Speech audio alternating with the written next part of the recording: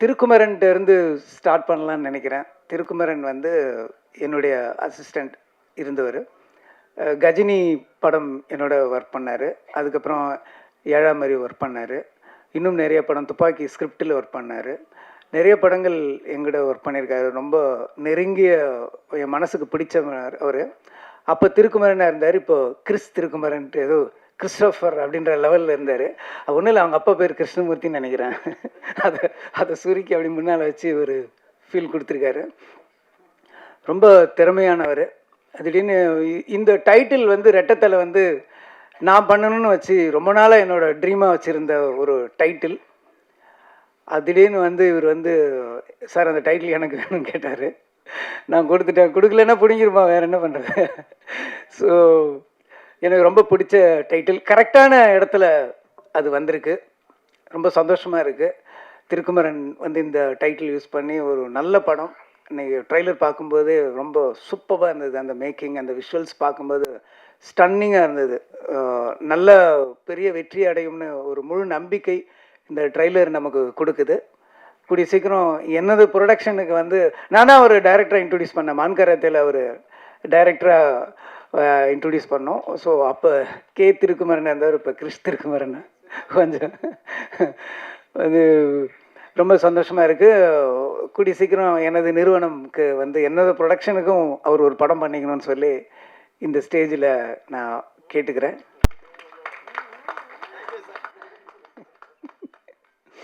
உன்னை வந்து மான்கராத்தே போய் நான் அந்த 3 ஃபிலிம் டீல்னு ஒன்று போடுவாங்கள்ல ஹிந்தி படத்தில், வந்து மொத்தமாக அடிமை சாசனம் மாதிரி ஒன்று அப்பயோ வெளியே விட்டு தப்பாச்சு. ஸோ திருப்பி என்னுடைய கம்பெனியில் வந்து ஒரு படம் பண்ணணும்னு சொல்லி நான் வேண்டி விரும்பி கேட்டுக்கிறேன். அப்புறம் வந்து அருண் விஜய் சார் வந்து ஒரு பெரிய ஒரு ரகசியத்தை சொல்லாமல் இருக்கார். அவர் அப்படியே இருக்கார், எந்த சேஞ்சுமே இல்லை முகத்தில். வந்து அன்றைக்கி ஏதாவது ஒரு 20 இயர்ஸ்க்கு முன்னாடி எடுத்த படத்தில் ஏதாவது க்ளோஸ்அப்ஸ் விட்டு போச்சுன்னா ரீரிலீஸ்க்கு மறுபடியும் ரீஷூட் பண்ணி கூட ஜாயின் பண்ணலாம் போல் தெரியுது. அப்படியே இருக்கார். அந்த சீக்ரெட் என்னன்னு கொஞ்சம் சொன்னீங்கன்னா நாங்களும் கொஞ்சம் கற்றுக்குவோம். ரொம்ப நல்லா பண்ணியிருக்கீங்க சார். ஆக்ஷன்லாம் பிரமாதமாக இருக்குது, சொல்லவே தேவையில்லை. அவர் வந்து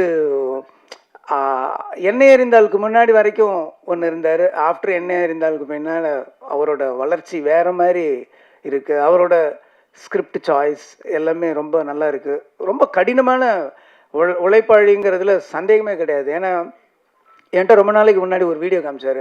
அந்த வீடியோவில் பார்த்தீங்கன்னா ஃப்ளைட்டில் இருந்து ஜம்ப் பண்ணுறாரு.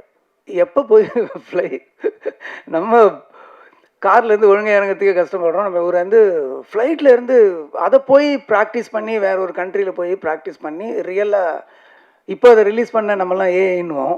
அந்தளவுக்கு அதை நம்ம பார்த்து ஒரு 15 இயர்ஸ்க்கு முன்னாடி பார்த்துன்னு நினைக்கிறேன். அந்தளவுக்கு ஒரு ஹார்ட் ஒர்க்கர். அவருக்கு வந்து சினிமாவில் இன்னும் நிறைய இடங்கள் காத்துட்ருக்கு. இன்னும் நிறைய வளரணுன்றது என்னோடய மனப்பூர்வமான வேண்டுகோள், வாழ்த்துக்கள்.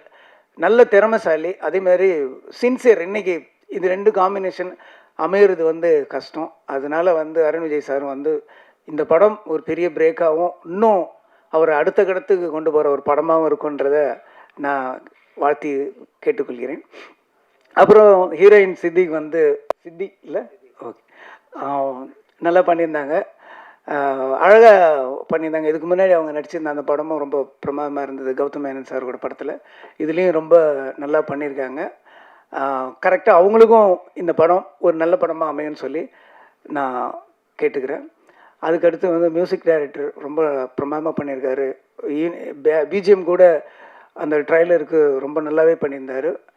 ஆண்டனி சொல்லவே தேவையில்லை. ஆண்டனி வந்து கஜினி வந்து அந்த மாதிரி ஒரு நச்சுன்னு ஒரு எடிட்டில் லாக் பண்ணதுக்கு வந்து அவர் தான் முக்கியமான காரணம்.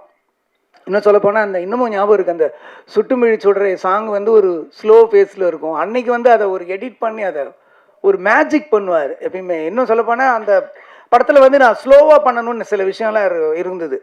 ஒரு ஸ்லோ மூடில் ஒன்று நான் நினச்சிக்கிட்டு இருந்தேன். டக்குன்னு அவரே எடிட் பண்ணி, தலைவா வாங்க தலைவா பாருங்கள் அந்த எடிட் அப்படின்னாரு. பார்த்தா எல்லாமே ஃபாஸ்ட் ஃபார்வேர்டில் இருக்குது. அது நம்ம ஸ்லோ மோஷனில் ஸ்லோ பில்டப்பில் நினச்சிருந்தோம், எல்லாம் ஃபாஸ்ட் ஃபார்வேர்டாக எடுத்திருக்காருன்னு எனக்கு இமிடியேட்டாக அது ஒரு ஜட்ஜ்மெண்ட் கிடைக்கல.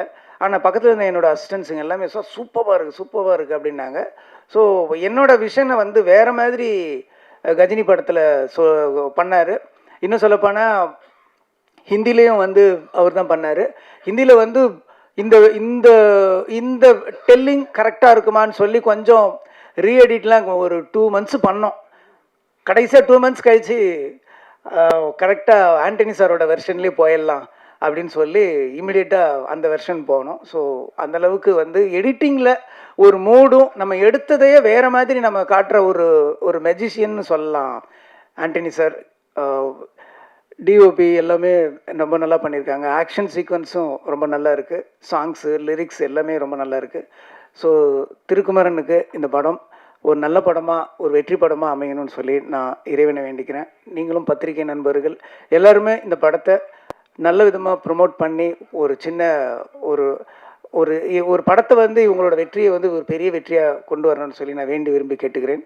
நன்றி, வணக்கம்.